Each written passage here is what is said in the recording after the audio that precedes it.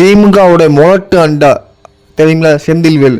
அன்னைக்கு கரூர் நடந்த சம்பவத்துக்கு பிறகு சில டிவி சேனல்லாம் அவர் தளபதி விஜய் மேலே எப்படி வன்மத்தை கொட்டினான்னு உங்களுக்கு எல்லாருக்குமே தெரியும். அந்த வீடியோ நீங்கள் ஒரு நிமிஷம் பார்த்துட்டு வாங்களேன், அது விளக்க தப்புன்னு சொல்கிறேன். முழுக்க முழுக்க விஜயனுடைய ஈகோ. என்ன நடந்துச்சுன்னா சார், திருச்சிக்கு பிறகு வருகின்றதுக்காக திட்டமிட்டு செய்த சதி இது. நான் பகிரங்கமாக அண்டா எப்படி தளபதி விஜய் மேலே வன்மத்தை காக்க பார்த்தீங்களா? இதெல்லாம் சுப்ரீம் கோர்ட் தீர்ப்புக்கு முன்னாடி நடந்தது. ஆனால் சுப்ரீம் கோர்ட் தீர்ப்பு வந்ததுக்கப்புறம் அண்ணா இப்படி பயந்துட்டு போயிட்டாப்புல. அந்த வீடியோ நீங்கள் பார்க்கல, பாருங்க. எங்க கொண்டு வந்து நிப்பாட்டி இருக்கிறீங்க பாரு. எல்லாரும் சேர்ந்து வாதம் பண்ணி மலினமான அரசியலை நோக்கி நகர்த்திட்டீங்க. நானும் அதில் பங்குதாரராக இருக்க விரும்பவில்லை. நான் விடைபெறுகிறேன். நன்றி கார்கே.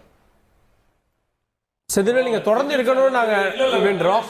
இது வந்து அவர் பேசும்போது இது ஒரு விபத்துன்னு அவர் ஒத்துட்டு இருக்காரு. இதுக்கு முன்னாடி வரைக்கும் அவர் வேற மாதிரி சொல்லிட்டு இருந்தாரு. பார்த்தீங்களா அண்டா எப்படி பயந்துச்சுன்னு? இது நாள் வரைக்கும் விஜய் கொலான அவனை கைது பண்ணணும் சதி அப்படி இப்படி ஒரு விமர்சனம் பயங்கரமாக வச்சாப்புல.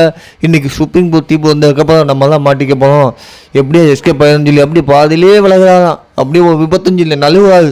நீங்கள் பண்ணுறதுனால தான் தெரியுது எல்லாருமே. இன்னும் வச்சு போட்டு வச்சு செஞ்சுட்ருக்காங்க. இதெல்லாம் உங்களுக்கு தேவையா? நீதி வெல்லும். உண்மையில் என்ன நடந்துச்சுன்னு விரைவில் தெரியும்.